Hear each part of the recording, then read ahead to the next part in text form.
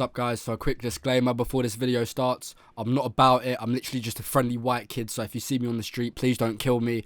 I've got all these facts online, so don't know if they're 100%. And YRF is not a gang, it's literally just a little collective that I made. It's not like, yeah. Enjoy the documentary. It's nothing new to learn that criminal organisations in London control the drug market and inflict violence and fear to anyone who tries to get in their way. And one of the most notorious gangs that operate in East London, that goes by the Marley Strip, have grown a big name and following over the past couple of years after their glamorisation of UK drill music and the violence that occurs on the streets. But who are these people, and how have they become responsible for multiple shootings and stabbings all over the UK? Our top story today, a 15-year-old girl has been stabbed to death in the rush hour in South London. Two teenagers have been sentenced to life in prison at Leeds Crown Court for the murder of a 15-year-old boy. First, we need to go back to the origins. The Marley Strip, or as known on the streets, the Marley Boys, are an ethnically diverse gang, but their roots originated from Somalia, a war-torn country with very little opportunity, hence why a lot of them ended up moving to London. The Marley Boys mainly operate in two locations in East London, and that's Leyton and Walthamstow. To most, they're considered one of the most feared and dangerous gangs in the city, with over 200 members bringing in a total of £50,000 a week. But going back to where things all started for this criminal organisation, in 2015 they splintered off from a previous gang called the Beaumont Crew Gang. This gang also went by a title LGR, which stands for Let's Get Rich, and originated from the Beaumont estate in Leyton. But due to in-house beef, which basically just means beef within their own gang, some of them split apart to form their own gang called the Marley Strip. This new gang that was formed was split into two different titles under the same title, Marley Strip. One half of the gang calls themselves SJ, which operates in Walthamstow, and the other half are titled L Tizzy or LT, which operates in Leyton. With both sides being allies operating under Marley Strip, both of them began beef with LGR since their split. The Marley Boys gained access to the drug market from Jamaican olders, who previously ran the area and understood how to import drugs into the UK. But most members in the Marley Strip don't have beef over postcodes or personal issues. Most of their violence occurs due to competitiveness over drug turf, with many other gangs in the area trying to fight for the #1 spot for their customer base. But let's go into depth about how they actually operate and how they've come so far in a life of organised crime that they've even managed to outsmart the police. Most gangs operate in an employment-like structured form. It plays out like a hierarchy, with new people being at the bottom, also known as the youngers. These are more than often just kids who are yes men to the people above them in this hierarchy, selling the drugs, doing the dirty work, doing the stabbings, and more time doing the shootings. Above the youngers, or the new people in the gang, you then get the olders. These tend to essentially almost be like middlemen, so these are the ones that are doing the employing, I guess you could say.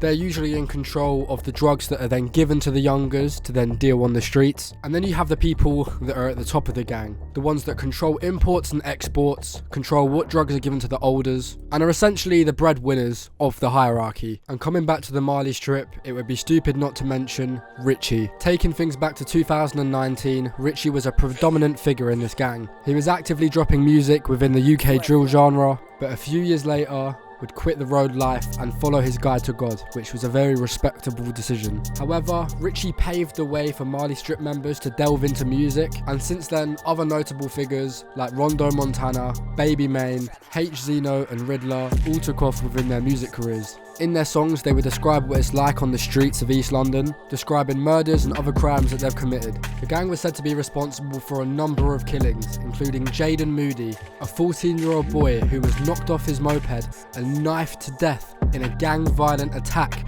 due to mistaken identity in 2019. Jaden was originally groomed into dealing drugs for an opposing gang. Grooming is a very common act within London gangs. This is when the youngers, or new people of the group, are given a task to carry out, usually involving some form of bag or carrying drugs. Olders in this gang would then purposely rob one of their own to make sure that the child or younger is then indebted to the gang and is forced to work for them. The Marley Strip aren't unfamiliar with this tactic and have helped use it to their advantage to get more people to work for them. But the heights that this gang goes to make sure that they don't get caught by police is beyond anything you could ever imagine. The reason why this gang stands out to me and to most more than anyone is because of their ability to stalk and find specific police cars and officers to ensure that they don't get arrested. Using Facebook pages to find specific undercover cars, specific undercover officers, and any other pieces of information that they can use to their advantage to outsmart the system. But in a line of work like this, nothing is ensured, and because of it, some Marley Strip members have gone to jail and done pretty lengthy sentences, but there is suspected to even be operations inside of prisons, with local and county line drug dealing still taking place. Most street wars and beefs have been occurring for a very long time, over 10 years for some even. The Marley Strip are said to beef the following gangs: ACG, Beaumont Boys, Black Horse Lane, Priory Court, Higham Hill, Woodford, Chinkford and Leytonstone. All gangs in areas all over East London, fighting for that #1 spot for the drug dealing turf. It's unknown if any of these beefs are resolved or if they're even worse than they previously were. Of course, specific members of the gang have specific beefs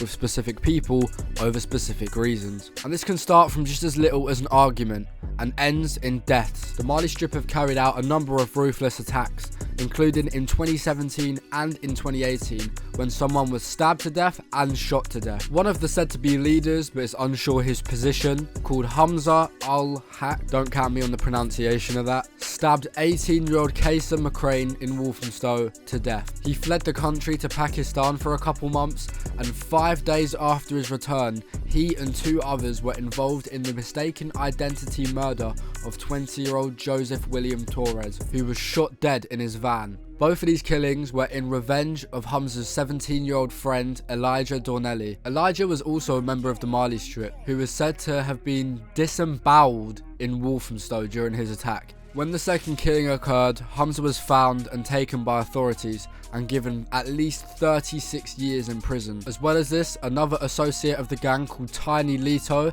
was sentenced to 15 years but reduced to 13 after his appeal after being caught with a handgun, firing it at the opposing gang and drug dealing on East London streets. A member of LGR had killed another Marley Strip member and they felt as though it was necessary to retaliate. And on the afternoon of 13th of April 2018, less than 4 weeks after Lito's birthday, he was driving in a car with 2 passengers and there were 2 handguns in the car, one of them capable of firing live rounds. Lito and other members that were in the car saw members of LGR walking down Leyton High Road. The members aimed and tried to take a shot for the LGR members, but ended up missing. The guns themselves were never found, but the cartridges were, proving that they had 2 classified firearms inside of the vehicle. Lito was sentenced for possession with intent to supply Class A drugs like crack cocaine and heroin, as well as the possession of a firearm. With all of this violence and crime, you would expect authorities to be taking insane and major action, but the truth is, the police and the government don't care. It's clearly evident that the Mayor of London doesn't care and isn't trying to put any effort into stopping this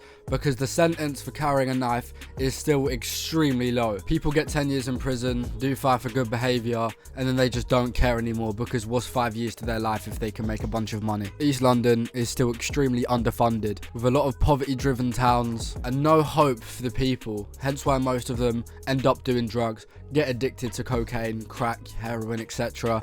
And there you go, that explains the entire purpose of the gang to begin with, a supply and demand. And as far as the internet goes to glamorise it, the more that we're going to see crime, violence and deaths on East London streets. Expensive whips, exquisite cribs, my bitch got expensive tits, all the more on the wrist, nigga know what it is. Niggas looking stressed, came home, 100k first fucking week.